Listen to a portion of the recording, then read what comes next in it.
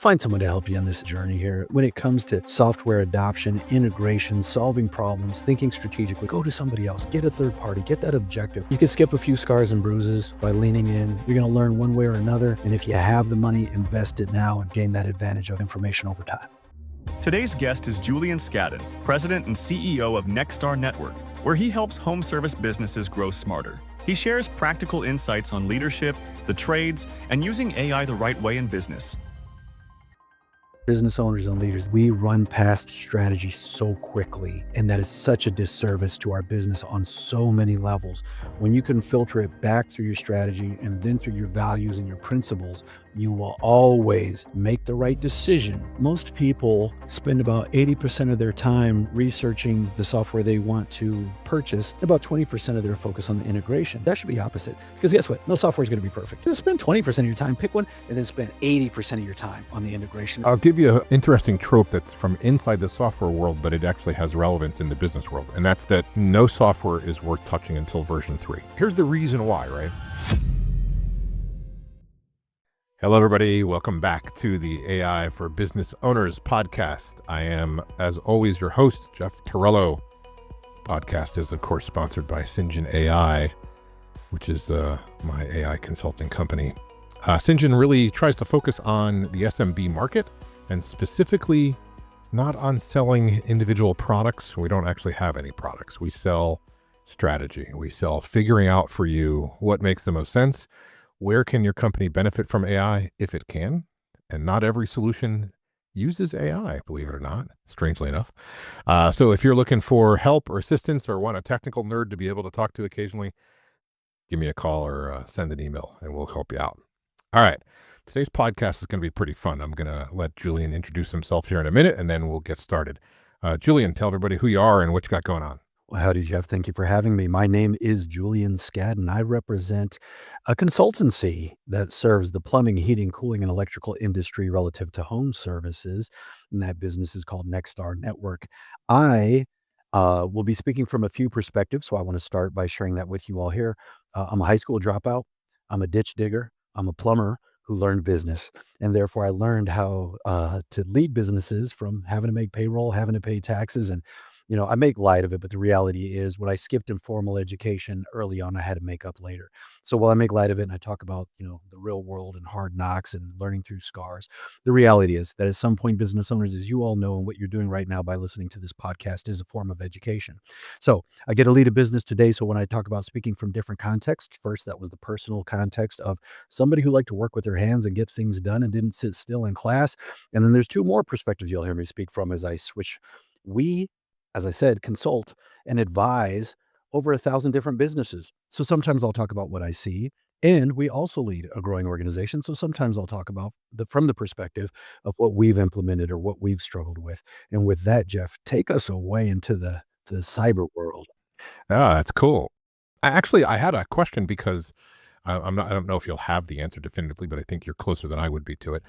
I feel like there's a bit of a resurgence in the popularity of trades with respect to education, as opposed to not everybody needs to get a college degree. And I feel like there's been an undercurrent of that as long as I've been in the business world, but I feel as though that's kind of gotten a little bit more popular or prevalent in the last, let's say, 5 to 10 years. A, the cost of education, number one, and B, the lack of concrete value in the job market. Like the amount of layoffs that happened in the tech world the last 2 years is insanity.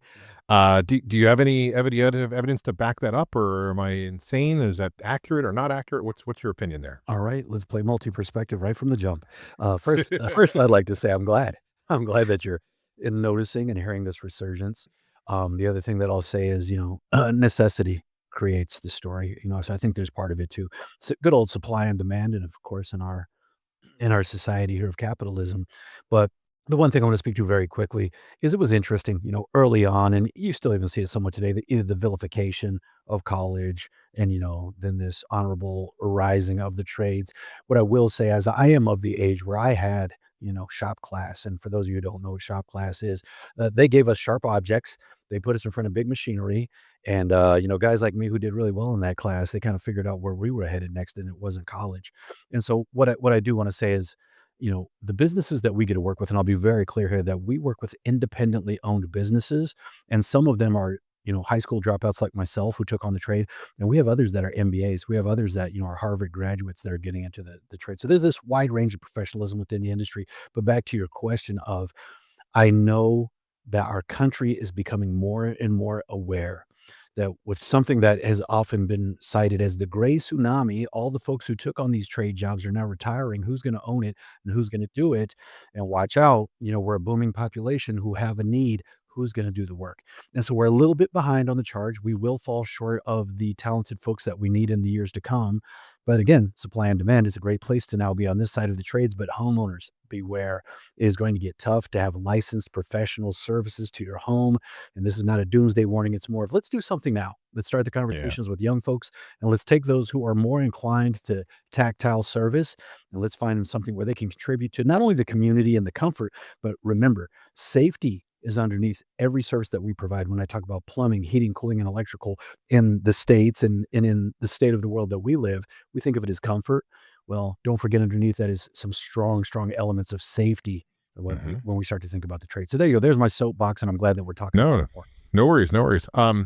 Just you jogged a memory, so I'll bring it up. Right, I went to high school in the 80s. I had home ec. Yeah, I was Helmack taught it. cooking. Type. I You got the had types too on a I did, typewriter. I had Typewriter. a typewriting class, Yeah. keyboarding, I guess it was called.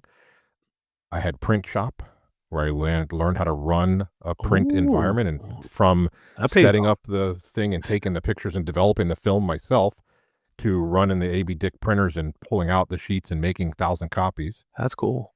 And I also had metal shop. Yeah. I had a bender and a spot welder. I wasn't allowed Yes. to full weld, Yes. sandblasting, all that stuff. Those Yes. were all electives in my high school. I don't know why they're all gone. I don't understand we're not going to solve that here, but I don't understand why all those things weren't existing, because I looked at it as, let me go mess around with this and see whether it's something I like or don't like. Am I interested in it? Yeah, I wasn't even like desperately, I had to learn the skill. It was more, I don't know, what's printing about? Let me check it out. And you can't. We also had an auto shop. I didn't get to that one. And that particular school had a lot of everything. It was a pretty big school in Florida. I really think those programs should exist still and not just exist at a trade school after high school. I don't see any reason that you can't be exposed and get a flavor. In the same way that you have to take a couple years of a foreign language, you're not going to learn an entire language by doing that, but you're going to get exposure, etc. It's the same mentality, but apparently we've lost the time to be able to spend on frivolous activity like these things, which they're not frivolous at all, but that seems to be what the school system thinks. Yeah, and I'll speculate a little bit here, and I know that's not safe ground to play, but I'll speculate a little bit. I think That's it's fine. fair. I would think about investment, the materials, and as we say, if I can have somebody look at something on their computer now or their iPad versus having to buy all the metal, all the equipment to maintain all the equipment that we use. And then, the one that I really probably lean towards is liabilities. Oh my gosh. When I look back, we were cooking stuff, we were sewing stuff, in the home ec. And then we'd go over, like I said, we were working with plastic, with wood, with metal, with hammers, and then we have the automotive class. Speculation here, but it's needed. It's needed. I'll tell you one more thing actually that crossed my mind. At times I'll drop in shameless plugs, not for myself, but for things that I think are additive. There was a book that really gave a perspective that I'd never considered because I was always so close to the kinesthetic learning. Shop Class as Soul Craft. Shop Class as Soul Craft. Hmm. And what he speaks to is this innate need of a human at times to build something of their own. And then he goes into the neurological connections that are created when you do some tactile work with your hands. But he Hmm. was talking about, shop class as soul craft. This wasn't solely about careers, and this wasn't solely about, like, I'm talking about giving back to the safety of the community. He was saying sometimes your spirit just needs to build something from scratch and struggle through it and figure out the parts don't Yeah. fit. Start again. What does that do for you? When everything is served up for you on a platter, or, it's almost like I heard this too. Video games now that will start you from where you stopped versus old video games that always took you back to the beginning. What this teaches the mind and your tenacity and durability and the things that this implants on us as we continue to grow and mature.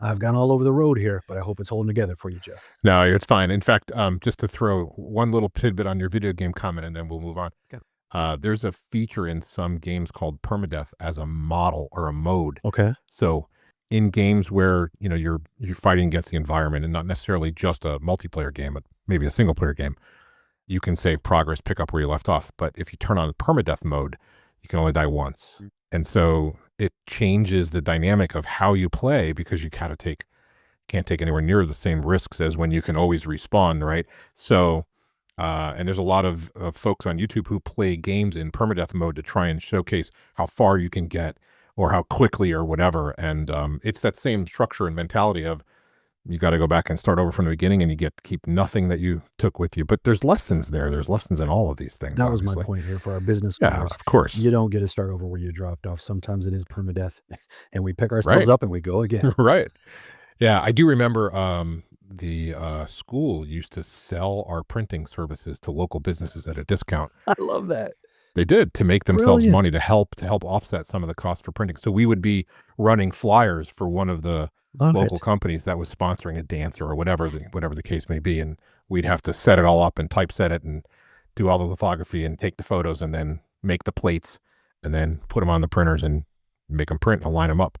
I don't think most people understand how in the 80s multicolor printing worked, but it was literally a different plate for each color, and you had to put the black printed ink back through the printer to get blue on the page, and you had to line them up. If you didn't line them up, it would be like they were auto register and it would look wacko.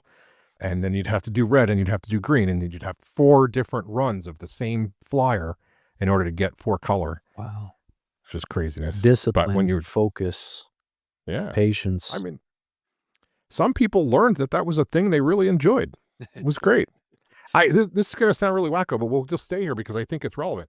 The valedictorian of my high school, his entire plan was to go be a manager at Albertsons when he got out of high school. He was not going to college. His entire plan was he could make 1987. He could make $50,000 working his way up to be a manager at Albertsons, and within 3 years he could be running a district and make 75. Get him. He didn't have time for college. Get him. And he wasn't remotely wrong. The numbers were right.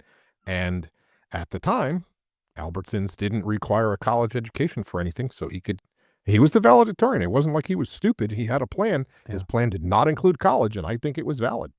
And, okay, so for, let's just say that we're all PhDs here. Where are you going to go get your groceries from if we don't have that guy, running the store efficiently and effectively? It's a community, capitalism community, not capitalism for capitalism's sake. Right. I mean, I get the idea that everybody has a dream and they want to make money and have the big house and whatever. Okay, sure. But statistically, you're not all going to win the lottery, right? So in principality, we can all put in hard work. So I think that's the difference here. This is lottery mindset, or this entitlement mindset that, if I achieve this certificate, I shall be granted. And that's one thing that the trades will teach you quick. Every job that you go into, you're basically starting over. You're soldering brand new. You're in a tighter space, you're in a different environment, and that joint better hold. And, you have to prove yourself again every time. And there's a certain pride, as you can probably pick up in my voice, but also a discipline and a focus to the work that you're doing in craftsmanship, that you can build something that lasts a long time. Yeah, I've had a couple experiences with electricians, and I find it entertaining that folks that have worked in the job for more than a year or two, from young to old, doesn't seem to matter.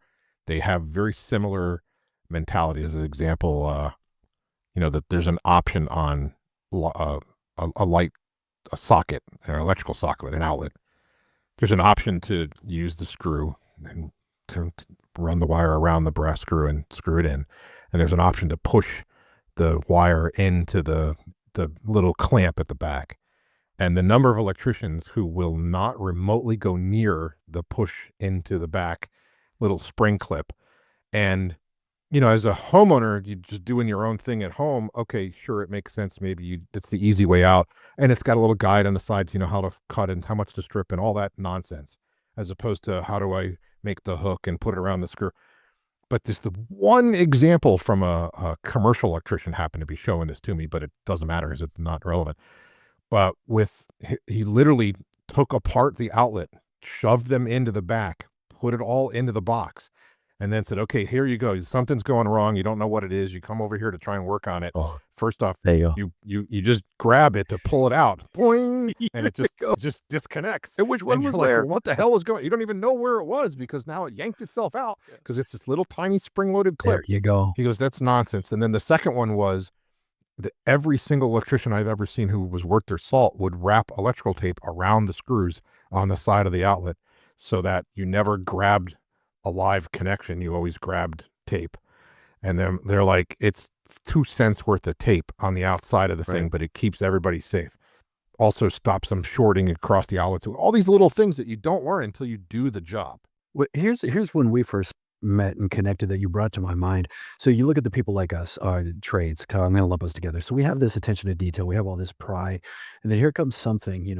2 little letters, AI, and so you're going to have this idea of, I work so hard. I'm so detail oriented, and now here comes somebody telling me that this little tool is going to make my business easier and faster. So either I run towards it because they can't. They're not going to sell me a lie. Wow, it's going to improve efficiencies.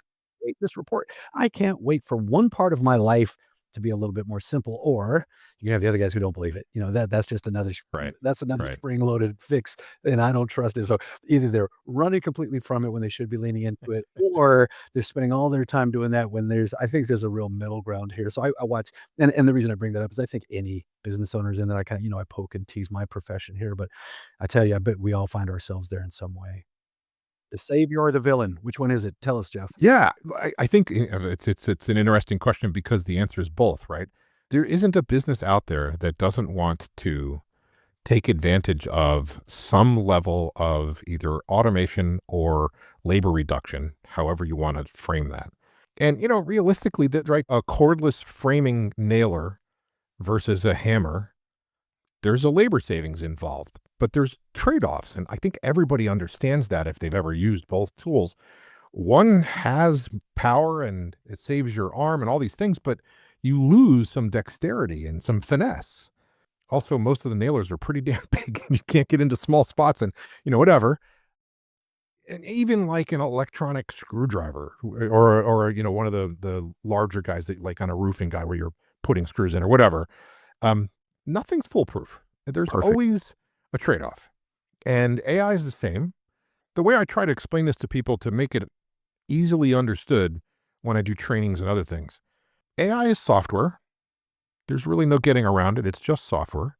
So it's, developed or written or created by someone. Sometimes the AI writes the code, but I wouldn't trust that 100%. It needs to be looked at a little bit.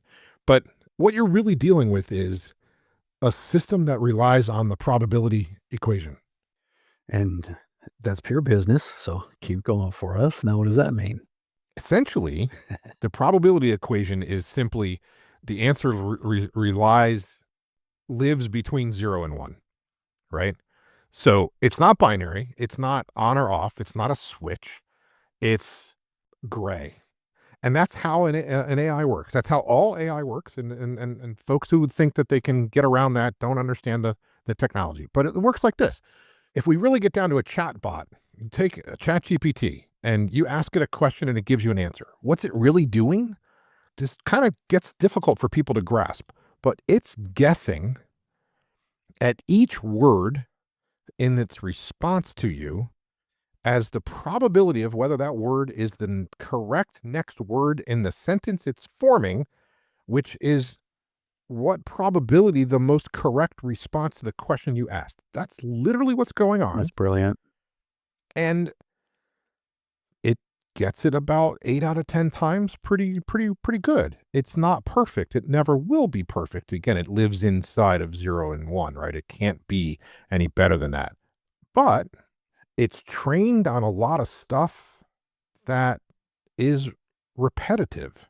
Yes. Inside of our world. And so it has a pretty good opportunity to get certain things right. And the thing that's the most entertaining, if we step out of that low level, keep the concept of there's a probability engine running, and now talk about language. If you think hard about it for a moment, you probably only use 5,000 to 6,000 words in your week. And you use a lot of them over and over again.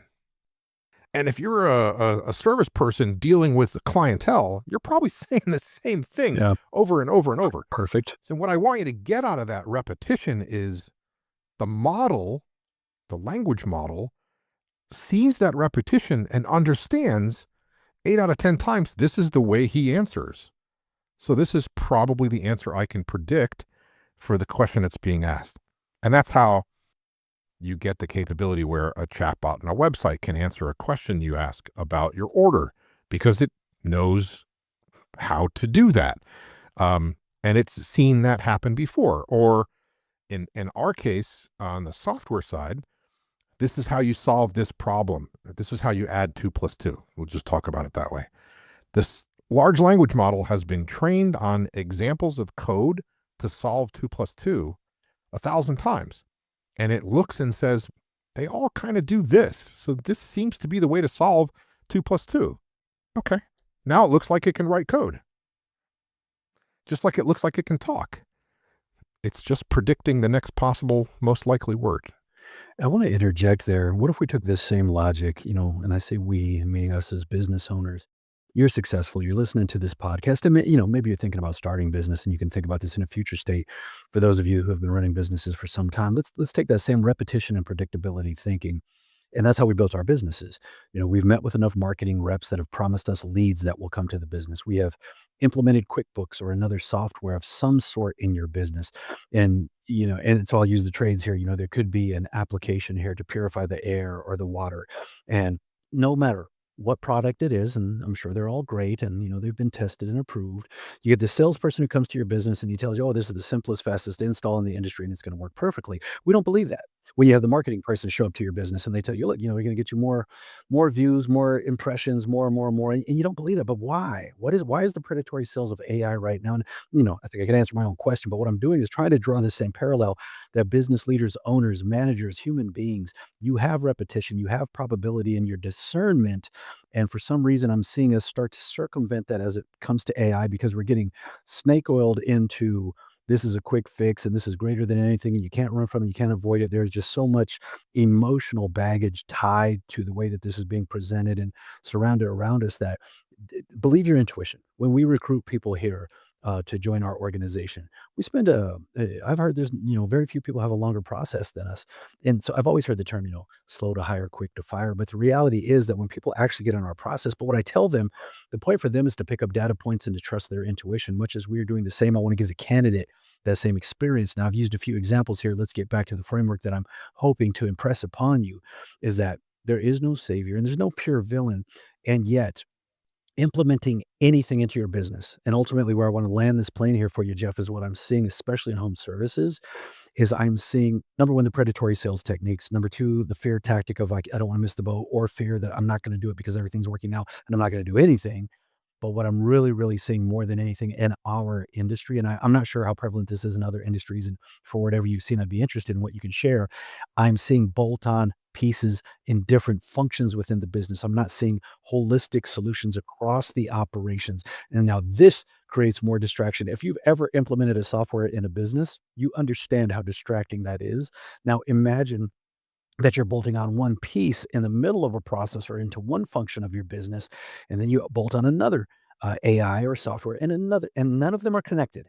And now all of a sudden you're becoming some API software engineer, professional, and that's Instead of your not job. what. Yeah. So basically, Yeah, you don't right. do it. Is my point. Right. Of And course now not. you're spending more time chasing, trying to figure this thing out, which you were sold that was going to make your life easier. So buyer beware. Take your time, use frameworks when implementing anything new into your business. And I don't know if that's just heavy handed in my industry, Jeff, or if that hits in a few different ways. I don't think it's industry specific at all. I Okay. think it's the way all of these things are being moved. I'll tell you what I've been doing with my clients for quite a while here that is really trying to help.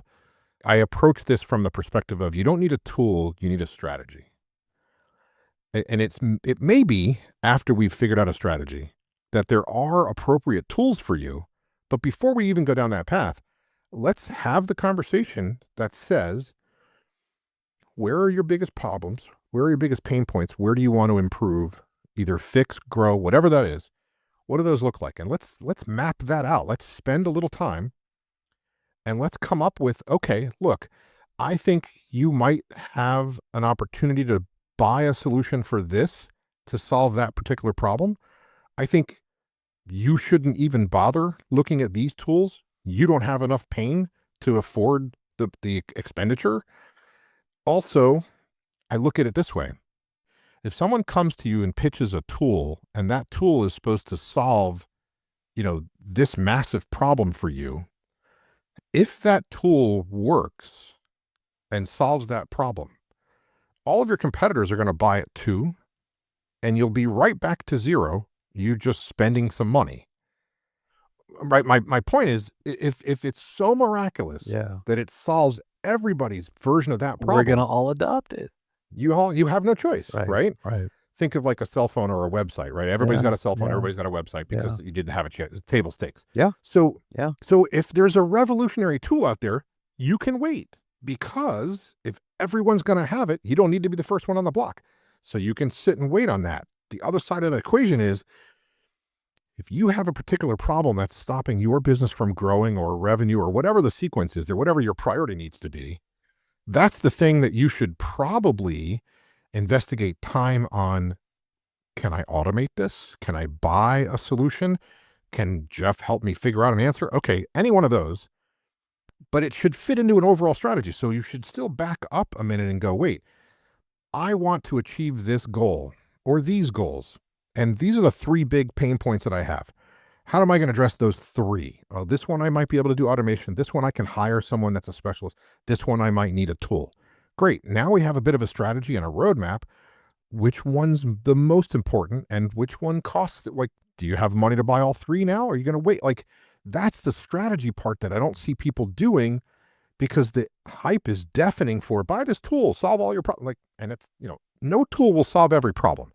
And I think, you know, like I've seen construction calculators on phones make a lot of things easier for folks, framing, whatever, figuring out the pitch on a, like, just Yeah, sure. great. Those are great. That's a little tiny little point tool, but it didn't help you bid that job, right? Like, you figured out your materials, et cetera, before that. And like, there's pieces to it, and no one's going to just look at the calculator and go, okay, well, tell me the bid. No one, whatever that answer is. You might use the calculator to help you come up with the bid, but you still have a strategy for how you're going to make that bid. And there's a tool in the middle. I'm trying to make an analogy to say, same way with AI. AI can help in some cases. AI is not the answer in some cases. Having a strategy for which ones are the right ones for you is probably the smarter investment. So you pay somebody like me some small amount of money up front to help you figure out your strategy and save all the effort and time of buying a tool that ends up not being the right answer. You've really touched on something that I've been guilty of. I've been guilty of leading with adrenaline, and it's getting to the tactic of execution, believing that you're providing value versus pausing to say, what is the strategy? Is this in line with our overall strategic bandwidth, capabilities? What problems is it solving today? Does it need to be today? And again, we get that, we get that adrenaline bias and we want to make something happen, whether we're sold it or we believe it ourselves or push for it ourselves. But oh my goodness, business owners and leaders, let's just pause right here. I'm going to repeat it again because Jeff said it so eloquently and it's like second nature for him. But I'm telling you, as somebody in a confessional booth right now, we run past strategy so quickly, and that is such a disservice to our business on so many levels. When you can filter it back through your strategy and then through your values and your principles, you will always make the right. You will always. I'm not an always never guy, but I can tell you this from experience. You will always make the right decision if you seek wise counsel by pausing, reflecting on your strategy, where you're at today, where you're headed, what's your intent. And I love what you said too. If it's going to be adopted, you're not going to miss the bus. And if you do want to tinker, if you do want to be that early adopter and that front runner, there's terms that are called sandbox. There's terms that are called beta. There are terms that are called, there's ways of deciding how you slowly test and integrate and implement. So a guy said something to me once that really punched me square in the nose. And I share it here today. So hopefully it never hits anyone else like a punch in the nose, that you can, smart people learn from their mistakes and the wise learn from the mistakes of others. So it's more of one of those type of statements. And the guy told me, he said, hey, hey, Julian, most people spend about 80% of their time researching the software they want to purchase and about 20% of their focus on the integration. He said that should be opposite because guess what? No software is going to be perfect. And this was years, maybe a decade ago. He says just spend 20% of your time, pick one, and then spend 80% of your time on the integration. And what I thought of the reason I bring that up is when you were sharing is what I thought of is it's similar to strategy. It's aligned with that's what the 80% integration means is, what's gonna happen when I wake up with it and it's in bed next to me? Oh my gosh, we had a good time pursuing it, right? We had a good time last night. Oh my gosh, I don't know Right. what to do with you now. Who leaves first, you or me? Well, bad analogy there, brother, but I took you on a ride. Well, I'll give you a interesting trope that's from inside the software world, but it actually has relevance in the business world, and that's that no software is worth touching until version 3. Mm. Where were Here's you? why. I needed you a few years ago. Keep going. Keep Sorry. going. No, keep But going. here's the reason why, right? So version 1 of the software is always rushed to get out, Yes, just ship. and it's never finished, and it never has all the features it's supposed to have, okay? But it needs to get out there because the business needs sales. Version 2 is all the bug fixes from version 1 that all the existing customers of version 1 are freaking out about that they desperately want resolved. And so version 2 comes out and it's almost all bug fixes. Version 3 finally has the features they really wanted to get in version 1, but they never had the time to get to. And then they had to do the bug fix release, that's version 2. And so version 3 is the first time that they actually can ship the software they originally thought of making way back when. And then the next thing I'll say to you is, what version of AI do you think you're buying right now if you go buy a tool? Do you think you're at version 3 yet? You're not at version 3 of anything.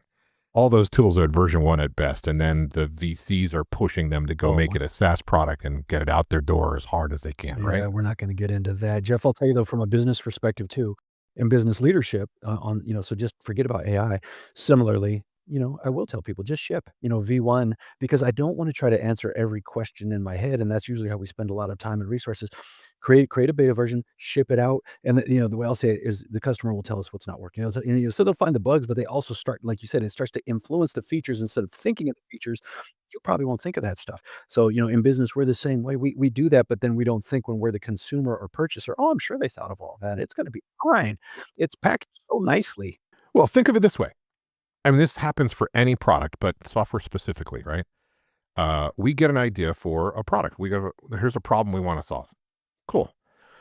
Do we know all the requirements to solve that problem? Do we understand every different customer's different backend infrastructure? Like, Right. do we have all that? Hell no. We Impossible. never can. Yeah, Right?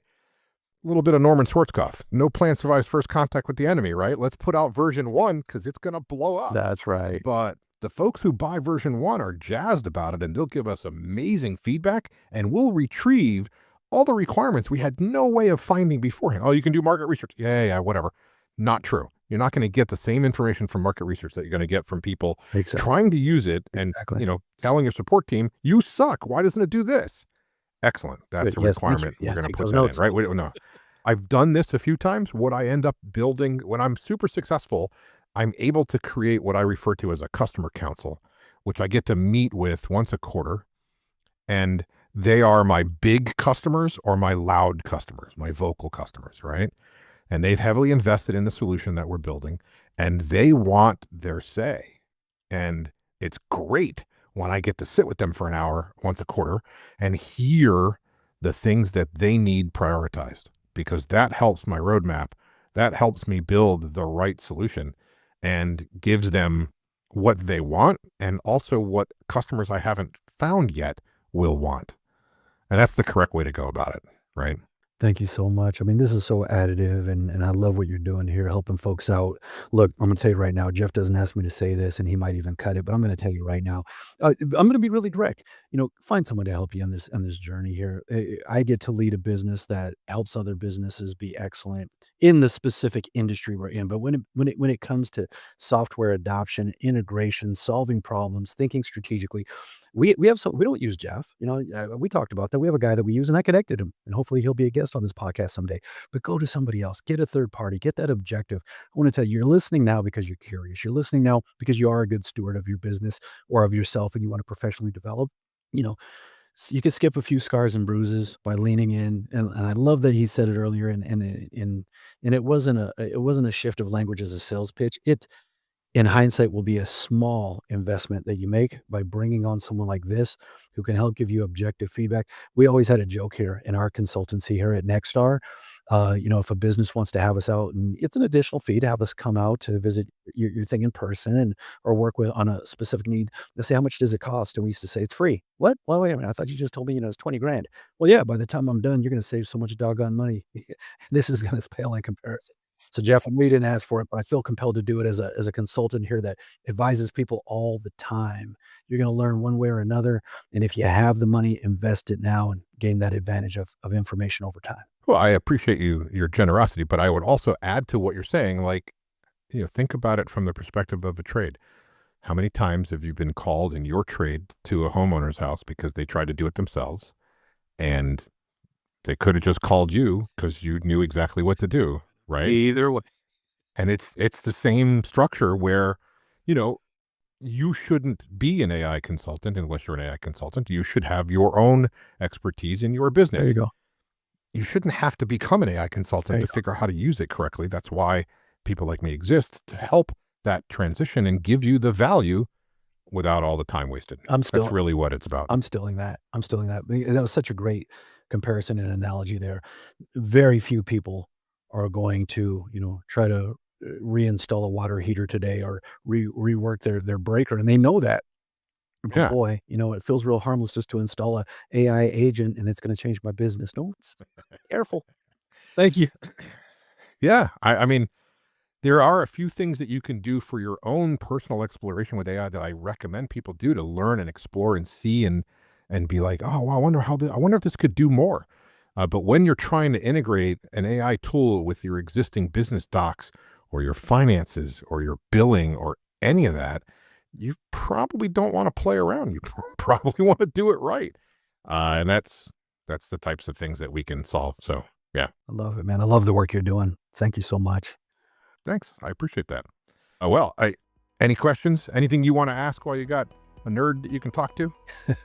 I think right now I'm a little saturated and filled up with these analogies you gave me that were very beneficial, and Cool. I know where you're at. I'll find you, Yeah, you do. All and right, I'll cool. call. All right.